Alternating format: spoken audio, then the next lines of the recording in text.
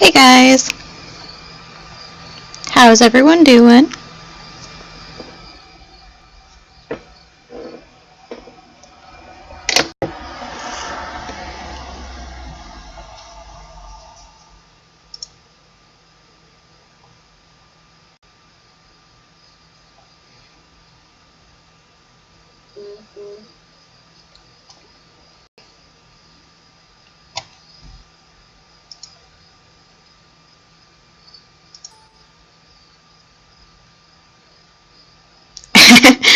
Hi Gil, how's it going?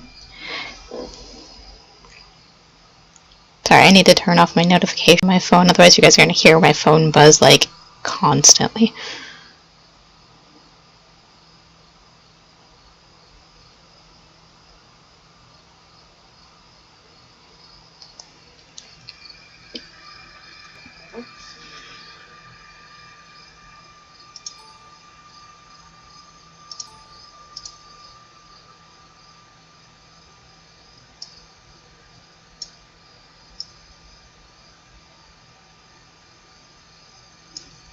Oh, Gil, I didn't know you had a cat. I have two cats. I love cats. Hi, Derry.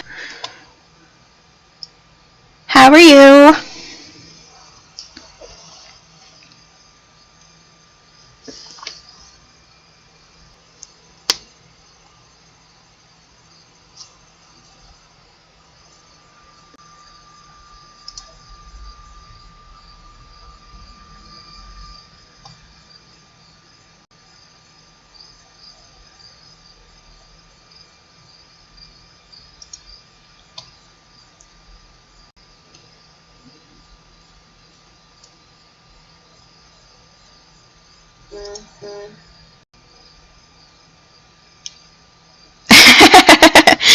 Yeah, that kind of sounds like dating someone with a cat. Both of my cats are napping right now. One of them is just like a foot away from me, over on the floor over here. If you guys follow me on Twitter, so you my cats. My cats. I love my cats. They're adorable. One of them is a rescue cat, and she's been with us for almost a year now. I think it'll be a year in December, and she's staring at me because I'm talking about her. She was very shy and skittish around people at first, and she's gotten a lot better over the last few months. I am allergic as well, dearie. I am allergic to a lot of things, so I feel you on that one.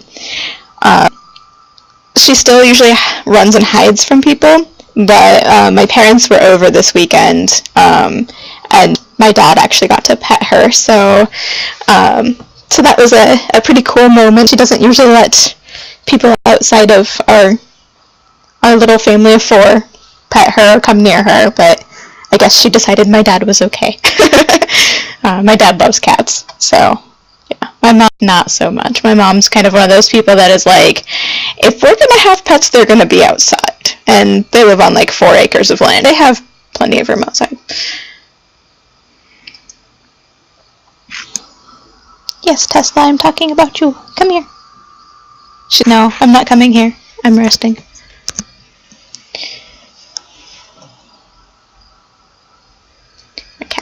My cats are lazy bums.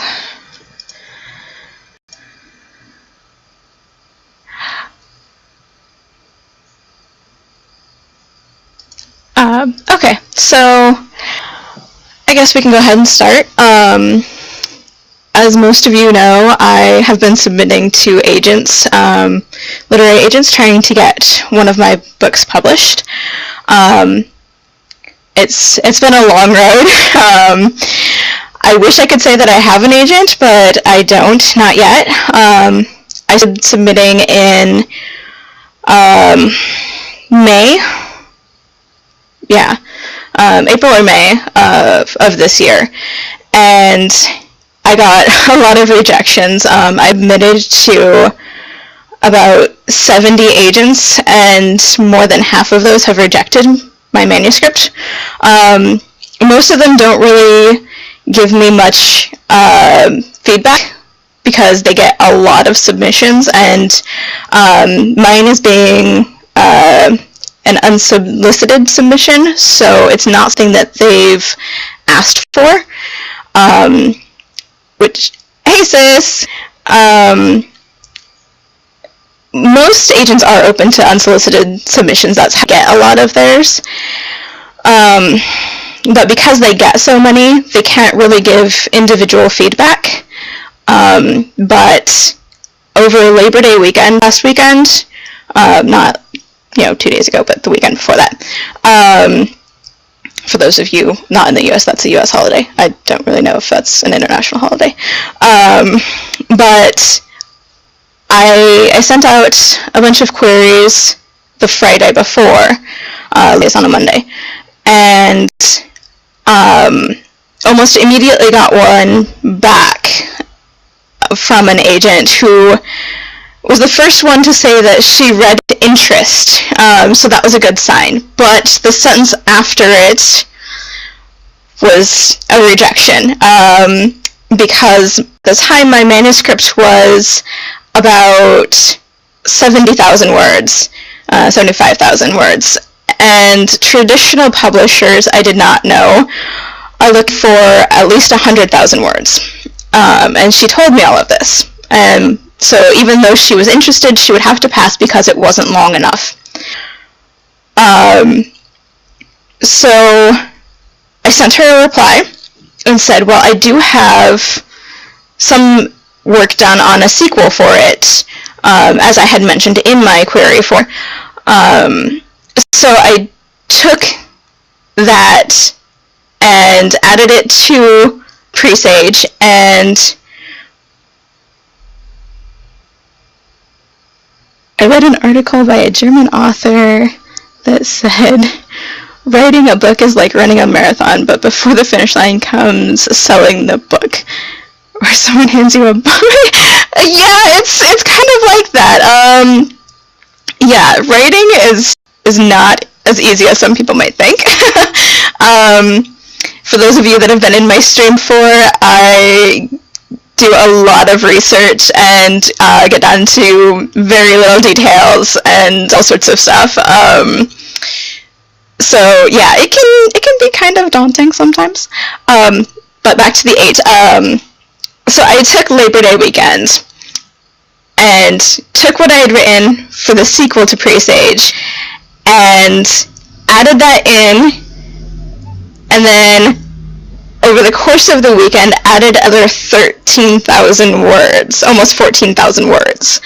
That is the most I have ever written in one weekend, and then I edited all 30,000 words in one day, which again is the most I have ever been able to do in a day.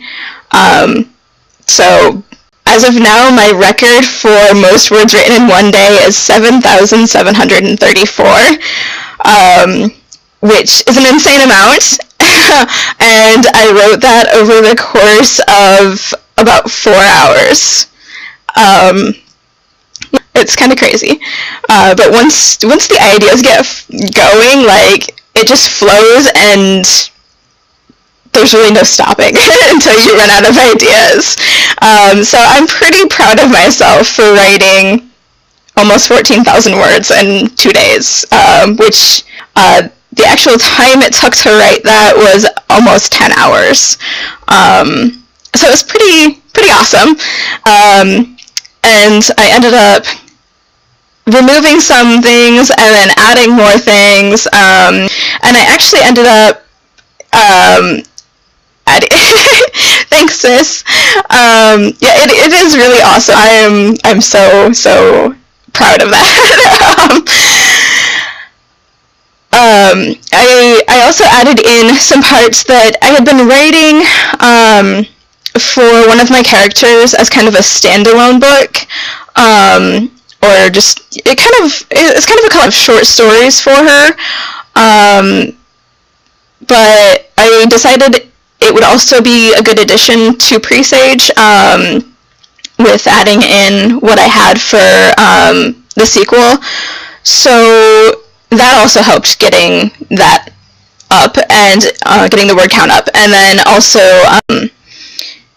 kind of adds to the character development of that character, because before that she had a little bit of character development but not as much as the other characters, and considering she'll be more of a major character later on in the series, it was probably a really good idea to actually make those edits. But so I made all of those edits and I emailed that back and said, okay, I know I replied to you already, but here's another update of it is now at 100,618 words. I don't know if this affects your decision or not, but I wanted to let her know that I had done that. And then I spent about an hour emailing the other 21 agents that I had queried at the same time as her to let them know. And ended up getting a few more rejections, and others I still haven't heard back yet, but it can take anywhere from a week to 6 or 8 weeks for a reply to come, and some of them won't even reply unless they're interested. So a lot of the ones that I've taken as no's are because I got no reply, and it's been almost 6 months since I queried them. So I assume those are no's. But I did go through, I don't think I have my book over here with me. I have a book, no I don't. A book is published every year that has information for agents who are open to queries, and most of what they're looking for that year, their client lists and things like that. It's called A Guide to Literary Agents. I don't remember the author offhand, but it also has a lot of information on how to write query letters, which was really helpful because I honestly had no idea where to start. But basically your query letter is going to read like the little paragraphs on the back of books. It's designed to get their interest. So I actually have 3 different versions of my query letter because I've kind of updated it as I've updated the story. And yeah, it's a really helpful book. It comes out in January every year. I went through that book again over the weekend, over this last weekend, and found 109 more agents to query. So I have quite the way ahead of me in looking into them and making sure that I follow their submission guidelines so that my submission doesn't get thrown out without getting read. Some of them are actually overseas publishers, or agents, and so I need to talk to them and make sure they're open to foreign submissions, and how to go about submitting to them, because some of them only accept snail mail, they don't accept email queries, which could get expensive, because most of them also ask for a sample to go with it, and so mailing about 30 pages per query is going to get expensive to overseas publishers. So I'll have to look into that a little more, but I want to exhaust all of my US ones first before I try to do that. Some of you, if you follow me on Twitter, may have seen a tweet I put out yesterday about if you and your soulmate had matching tattoos, what would you do? This came about from, of all things, a Tumblr post that I saw that somebody shared on Facebook. Actually, I'm not part of Tumblr. That talked about what if you and your soulmate, how did it go? It was, what if you stopped aging at age 18 and didn't age again until you found your soulmate? And then it went through all of these different possibilities of, let me see, I have it saved on my phone.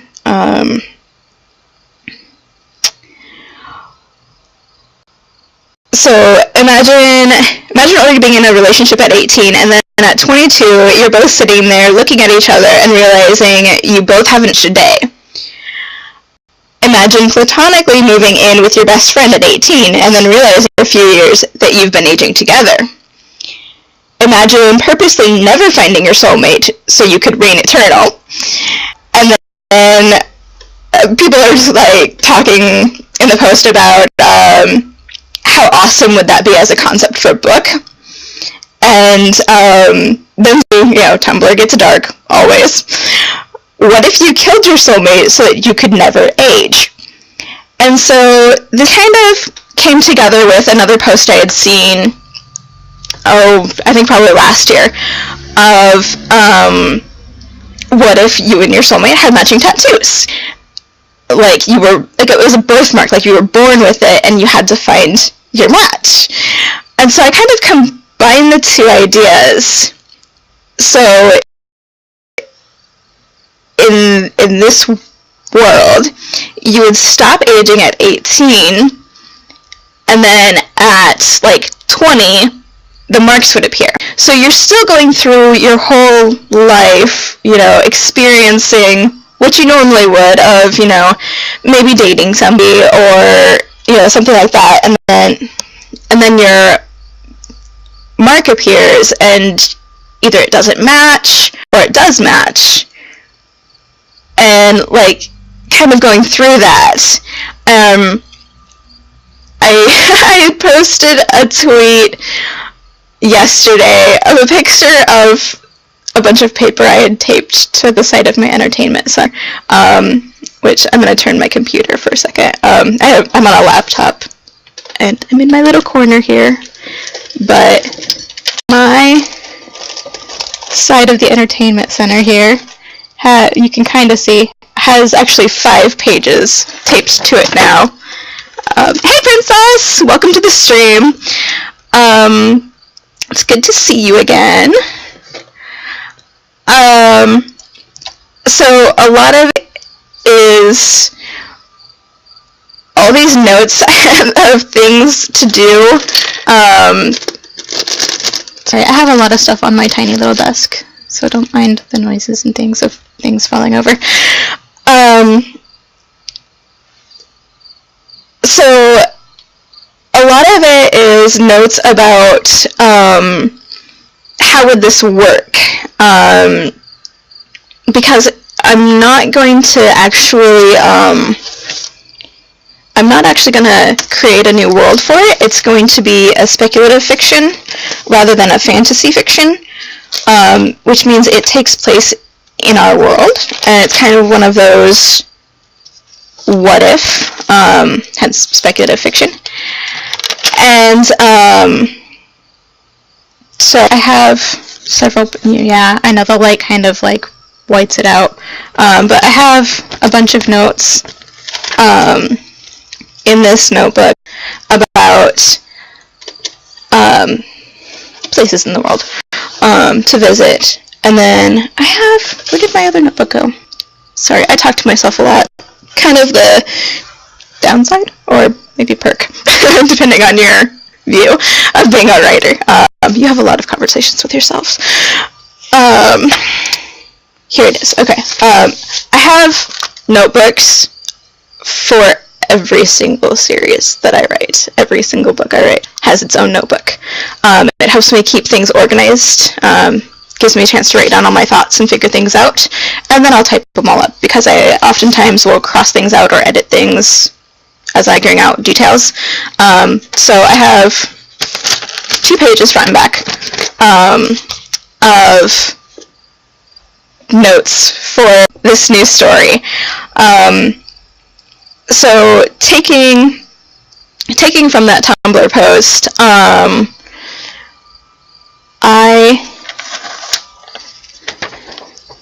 I was like, okay, what kinds of characters would see in this? So you've got the one that is intentionally killing her soulmate in order to live forever. And then you can get into the psychology of her thoughts of this, of does she regret it at all? Because she's been doing this for centuries at this point. Did she maybe regret it at first, and now, after a couple hundred years, she doesn't really care? It doesn't really affect her that much. And then you have, also, with that, does she avoid killing if she doesn't have to, because she would know that she would be taking away someone else's soulmate. So, like, she still has a little bit of humanity in the fact that she doesn't want to take away someone else's soulmate. And she's not going to be the cliche, oh, she's killing her soulmate because she got hurt too many times or anything like that. That's been overdone. She's doing it just because she wants to live forever. She likes that idea.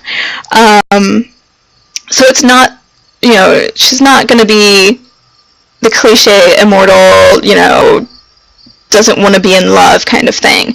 She just wants to be who she is forever. And I also decided I do not like cliches. I try to avoid them as much as possible in my writing. So, for her, like, normally you'd think, oh, a Black Widow is going to be, for those of you that don't know that phrase, I'm not talking about the spider. A Black Widow killer is a woman who kills her husbands, plural, or singular, one husband, for some sort of gain. So, most Black Widows are depicted as being very, like, femme fatale, and I don't think she needs to be that way. I think she can be just a normal woman. Not overly attractive, but not necessarily unattractive either. So, I really want to try to break some of those stereotypes with this character. And then some other characters would be a younger person who is searching for their soulmate currently, and how they'll go about that. And there are some different ways that I came up with. There would be a voluntary registry, and I stress the voluntary part, because I don't like the idea of forcing people to register for anything. That gets into a whole other sort of lack of freedom type thing. Yeah, we won't get into politics. So, let's see what else. So then, you've got the voluntary registry, but I was also reminded about this article I had read from Japan of how parents who are desperate to have their daughters married off as they get older, age 25 and above. In Japan's culture, that is seen as, like, as you get older, you'll probably never marry kind of thing. And to them, it's kind of a dishonor of sorts. So what the parents of these women will do is there are these huge bulletin boards in cities, and they will actually post ads for their children of, like, this is who she is and what her likes and stuff are. Basically just like a dating ad, like you would find on Tinder, I guess. I don't know. I don't use those things. But that kind of thing. And so I was trying to think of, well, what if they aren't using the registry? What other ways would they have to connect and find their match? So one thing would be bulletin boards like that, where you could post your own little flyer with, all your information and everything. So that's another way. And then, because this is in our world, there's also then the problem of, what if, my mailman came by. My front door is open to my left over there. So, motion out of the corner of my eye. Anyway, I get sidetracked easily, don't mind me. So, because this is in our world, then the issue becomes, what if your soulmate is in another country and you are not wealthy enough to go find them in that country? You don't have the means to, buy a plane ticket or leave your job to go find them in whatever city they may be. And so, as I was figuring out how these things came about, I decided that it would be easier, I guess, to either have, I originally said no currency, that we went kind of Star Trek and got rid of money. But then that kind of didn't seem to make sense as much. So I went with all the world leaders got together, kind of UN style, and decided on one world currency, which I know in real life will never happen because all of the leaders want it to be owned, and that's not going to happen. But so there was one world currency, and then to help with going to other countries, when you hit 20 and your mark appears, you get a travel voucher that is good for 2 years at a time and can be renewed up to 5 times without any issues. Once you hit that 10-year mark on that 5th time, then it gets renewed kind of on a case-by-case basis. Basically, you have to show that you're still making an effort to find your soulmate. And so when you get your voucher, it's good for anywhere in the world, any airline, for those 2 years. You basically just show it and off you go. You pick your destination. And then when you get to whatever country you're headed to, there's all sorts of like travel agencies and things that have little packages of here are some of the like tourist destinations in these countries, and you basically just travel to each of these places and have like little parties or mixers or whatever you want to call them with other people who are also searching, and maybe you get lucky and you find yours. So I think it's a really interesting idea, and I'm probably going to save it for NaNoWriMo in November, National Novel Writing Month. Because I think as I do all of the research, I'll get a better sense of what my characters are going to be like, because I haven't written any of my character bios, not yet. Those are usually the first thing I write, but I have some research to do on a couple of different characters of their professions, and I kind of want to get a sense of those before I write any character bios. I keep glancing off to the side because my notes are over there. As I was figuring out details, I was talking to a group of my friends that includes Big Sister there in the chat, and my husband also, and we kind of just bounced off a lot of ideas, and he said, well, what if there was a private investigator who was helping the Black Widow to find her target? And what if her soulmate was in protective custody? How would it complicate things?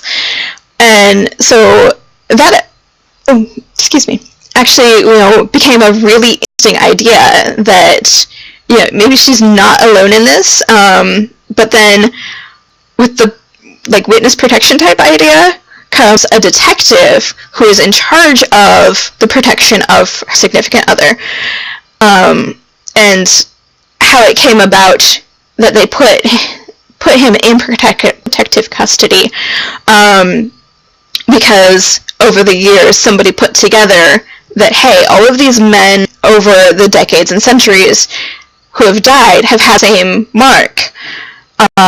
So it also brings in reincarnation in that. So that's a couple of things that I'll need to look into more, and see what I think will work within the confines of the story.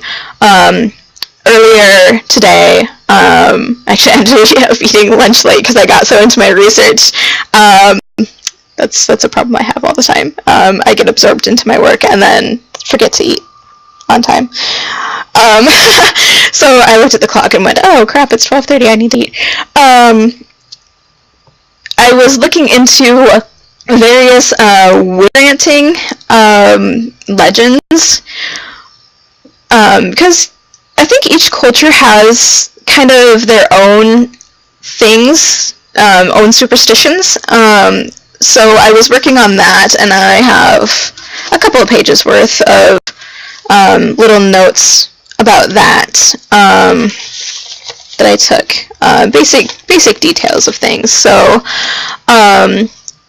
like in the U.S., and maybe it's an international one, I don't know. There's a couple of things like when you pick a fluffy dandelion, the white one seeds, you make a wish, and then if you can blow off all the seeds in one shot, your wish is supposed to come true. I did that all the time as a kid. And then, of course, four-leaf clovers are kind of an obvious one as well. Leprechauns. I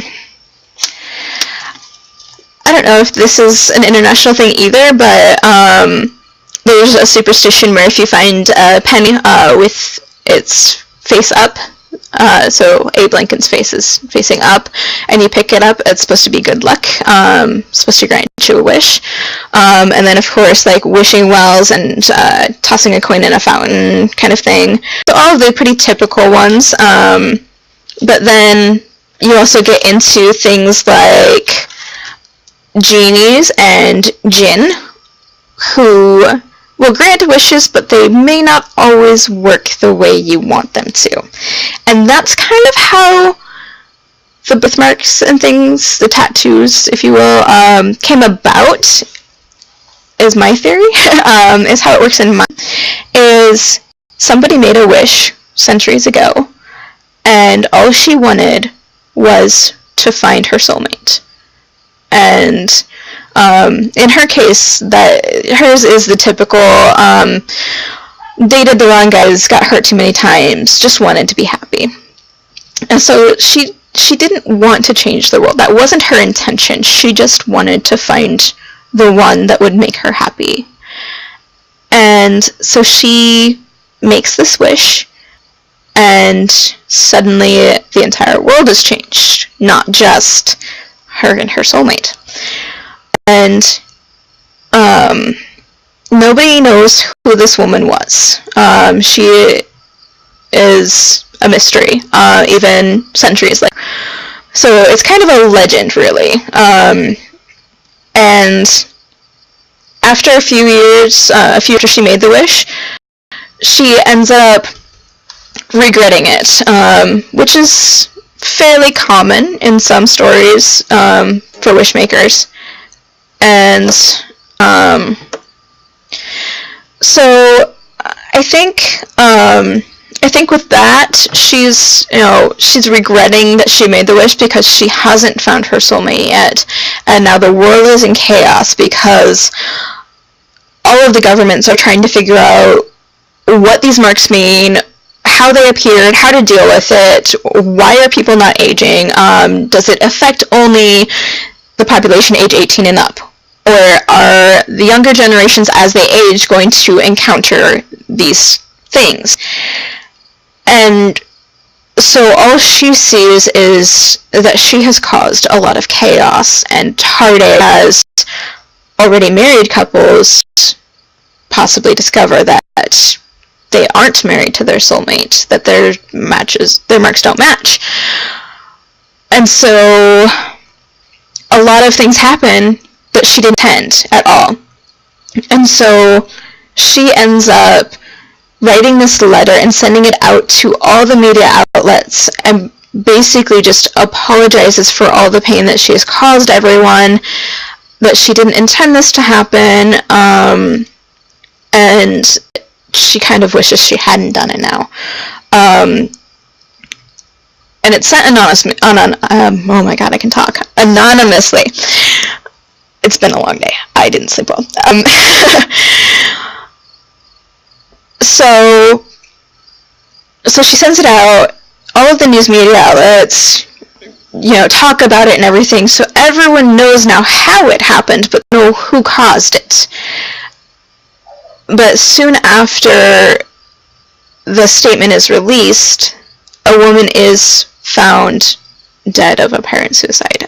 She is assumed to be the woman who made the wish. And a lot of people are kind of, lamenting the fact that she never got to find her soulmate, that she only the bad things that happened in the aftermath of her wish, and not, decades later where, people are finding their happiness.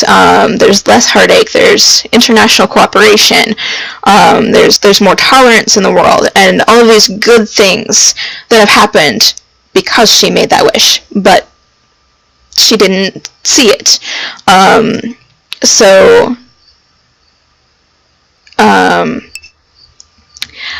Sis, I see whisper. I hope you feel better. I know you're not feeling too great the last few days. I will talk to you later then.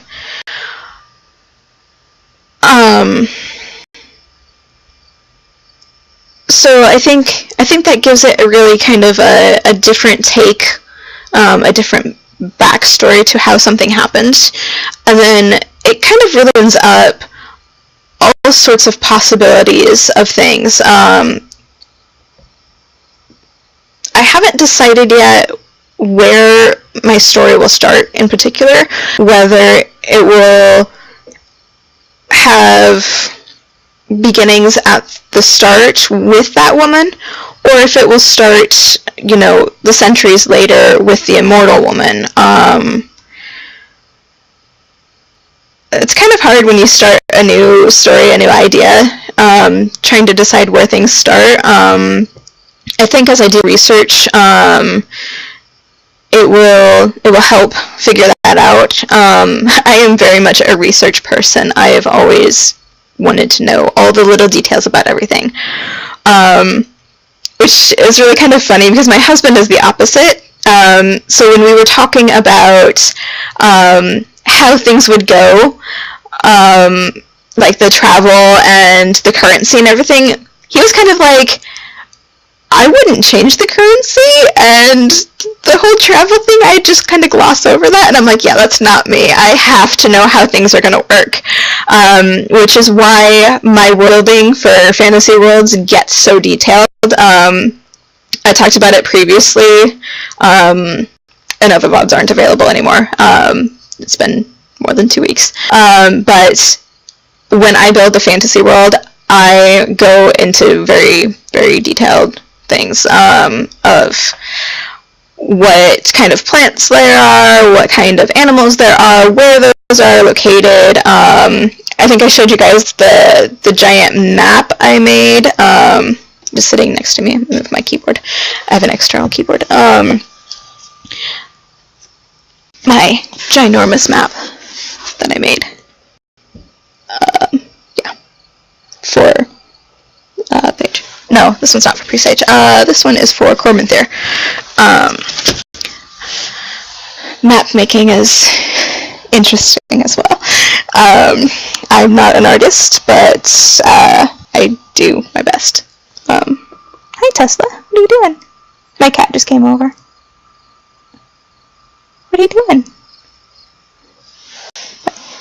It's not time to eat yet. Not for a couple more hours. I know. You get anxious though. She does. She, as I was talking at the beginning of this stream, she is a red cat, and she was a stray that we caught while we were fostering 2 other cats for a rescue that we volunteer for. And those 2 got adopted. We adopted Tesla. She's been with us since January.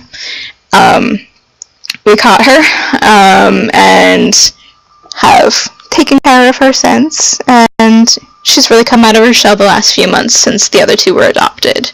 They pestered her a lot, so she hid a lot. And she's made some pretty good progress. Up until this last weekend, she would still hide from people that would come over to the house, but my parents were over this weekend, and she actually let my dad pet her, which he thought was pretty cool. He loves cats, so we were pretty happy to see that she was getting friendly with people other than, my husband and our kids.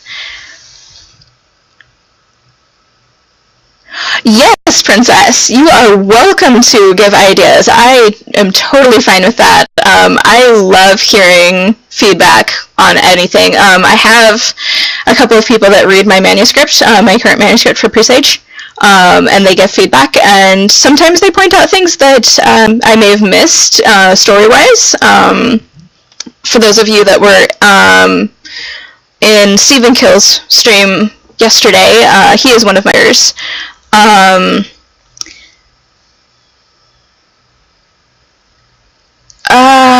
Yeah, there's not much I can do about the buffering, I don't think, dearie.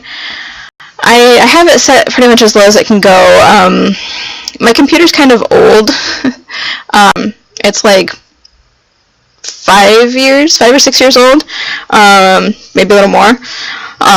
So it kind of lags a bit on its own. It may be on my end, but it's something I can't entirely fix. Also, if you're overseas, I'm in the US, so going between the US and Europe, excuse me, between Europe and the US might be getting some of that lag as well, because there are times where I have lag when I'm watching streams of like Stephen, who is in Scotland, and things like that.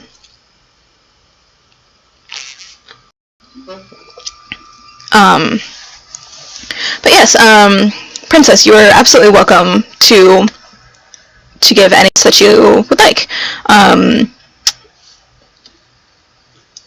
Like I said, Stephen is one of my trusted readers.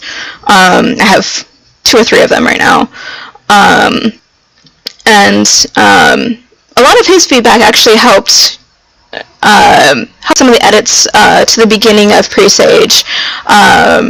I rearranged some paragraphs and things, made a few more edits to get rid of some extraneous details and things. I did have a co-author, and that co-author likes detail a lot.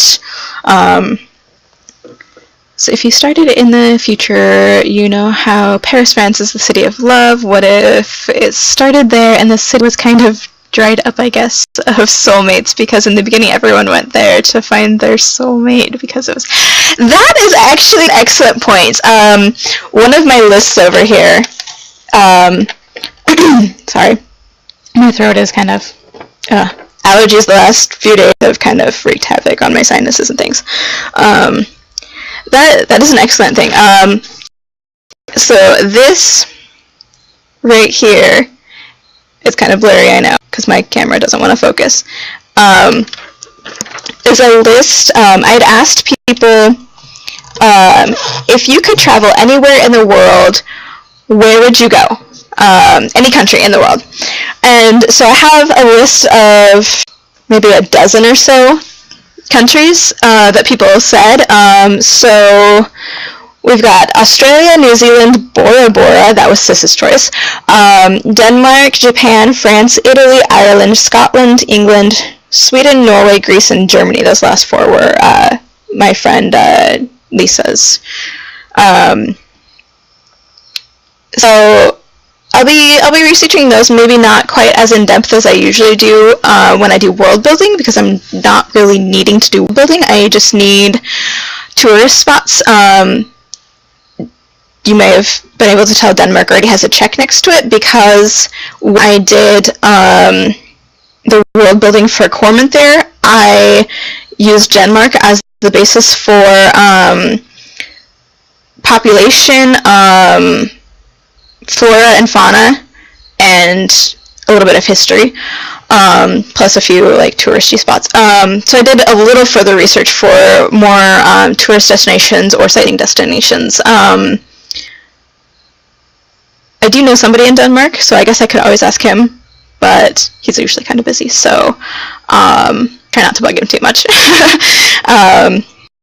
We're more of acquaintances than friends, so yeah, I try not to bug him too much. He's a pro gamer that I follow. Nice guy. But I will probably talk to Stephen and his wife about Ireland and Scotland, since that's where they're from. They may be able to give me more ideas of places that maybe only the locals would know, that might be kind of off the path, a little more fun and less touristy than what you would find just like Googling or through travel agencies and things. I actually should. I don't know where my pen went. It's probably sitting under my laptop. Nope, I don't know.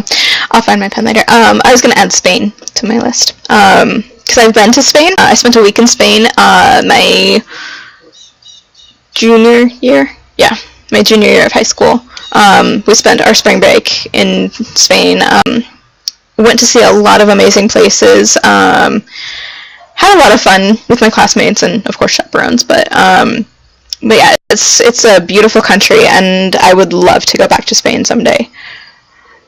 So I think that'll get added to the list too, because there's a lot of places that you could probably find a soulmate in the story.